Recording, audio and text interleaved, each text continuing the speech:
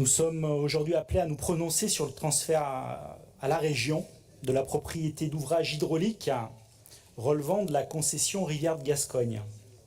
Ce transfert juridiquement possible pose de lourdes, voire de très lourdes questions, politiques, financières et écologiques. D'abord, sur le déséquilibre financier de ce transfert. La valeur du patrimoine transféré à la Nouvelle-Aquitaine est estimée à 9,3 millions d'euros.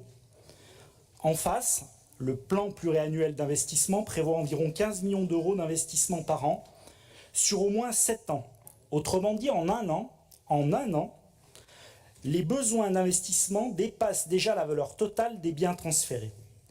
C'est un signal d'alerte sur la sincérité de ce transfert. L'État, une fois de plus, transfère sans véritable moyen ce que paradoxalement la majorité dénonce sur plusieurs dossiers depuis ce matin, mais pas maintenant. Deuxième point, la charge financière régionale. Il nous est indiqué que la contribution des régions serait planifiée ou plafonnée à 4,75 millions d'euros par an, dont environ 0,45 à 0,8 millions pour la Nouvelle-Aquitaine. Mais ces montants sont calculés hors inflation, et c'est écrit d'ailleurs noir sur blanc dans cette délibération, sans garantie sur la pérennité des financements de l'Agence de l'eau Adour-Garonne, ni le maintien du NME, le fameux nouveau modèle économique du soutien des étiages, au-delà des programmes actuels. Nous engageons donc la région, et nous risquons d'engager aujourd'hui la région jusqu'en 2040, sur des bases financières et de soutien d'étiage qui restent fragiles et non consolidées. Troisième point, la recapitalisation du concessionnaire. La région a déjà contribué à hauteur de 2,8 millions d'euros à la recapitalisation de l'ex-CACG devenu réseau.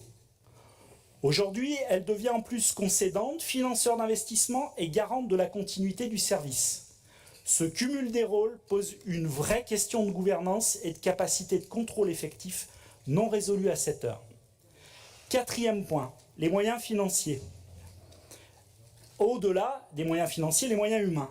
Moyens humains, la région mobiliserait 0,8 à entre 0,5 et 0,8 ETP, équivalent temps plein, pour exercer ces nouvelles responsabilités. C'est très très peu au regard de la gestion de plus de 250 millions de mètres cubes d'eau, dans un contexte, on le sait, prégnant, surtout sur ce bassin-là, de dérèglement climatique. Il manquera, pour info, 1,2 milliard de mètres cubes, on le sait, sur Adour-Garonne dans sa globalité à 2050. Exacerbé, effectivement, sur des tensions à l'horizon 2050, mais aussi qui seront pires à l'horizon 2100. Enfin, un enjeu écologique. Donc un petit mot pour finir par rapport à cet enjeu écologique. Cette délibération résonne encore essentiellement usage, que vous avez fait quand vous l'avez présenté, Président. Infrastructure et volume, par exemple, autour des 48 millions de mètres cubes qui seraient déjà préfléchés gratuitement, ça a été confirmé d'ailleurs, je crois, en commission, pour l'irrigation en Lot-et-Garonne. Elle ne prend pas en compte l'émergence des droits des fleuves, ni une vision écosystémique de la Garonne, alors même que les soutiens d'étiage et les prélèvements ont un impact direct sur son fonctionnement écologique global. Pour toutes ces raisons, ce transfert appelle des réserves politiques fortes, une sécurisation financière réelle, un renforcement de la gouvernance et des exigences écologiques.